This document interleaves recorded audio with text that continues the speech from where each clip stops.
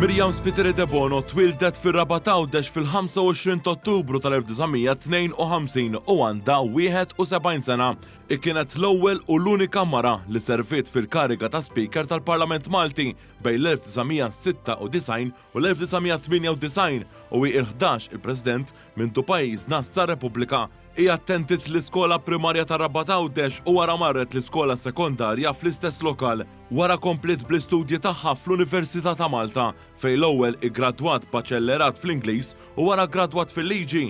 Fil-professjoni tagħha Spiteri de Bono ħadmet bħala notara u jissew magħrufa li tat servizz bla ħlas lil min kien fil-bżonn waqt li għenet bosta studenti waqt iż-żmien tal-prattika tagħhom. Fil-karriera politika tagħha Spiteri de Bono ikkontestat 4 elezzjonijiet ġenerali mal-Partit Laburista dawk li saru bejn l-1981 u l-1996 għal madwar 3 snin bejn l-1993 u l-1996 Spiteri de Bono servit ukoll bħala President tal-Għaqda Nisa Laburisti, illum magħrufa bħala Nisa Laburisti.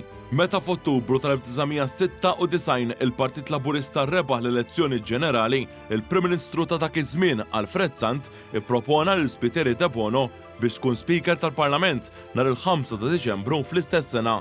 Fil-Parlament kien qbil unanimu dwar il-ħatra tagħha. Sallum in-notara Spiteri de Bono għadha l-unika Speaker mara li kellu pajjiżna. F'diskors li għamlet dakinhar tal-ħatra tagħha f'din il-kariga kienet qalet li l-għażla tagħha x-xhieda tal-impenn tal-pajjiż biex ikun hemm il-preżenza attiva tan-nisa fl-ogħla istituzzjonijiet tal-pajjiż.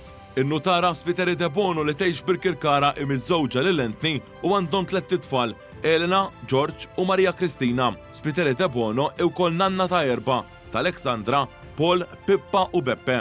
Millum il-ħamis 4 ta' April 2024 Spiteri de Bono tibda sservi bħala 11 il-President tar-Repubblika.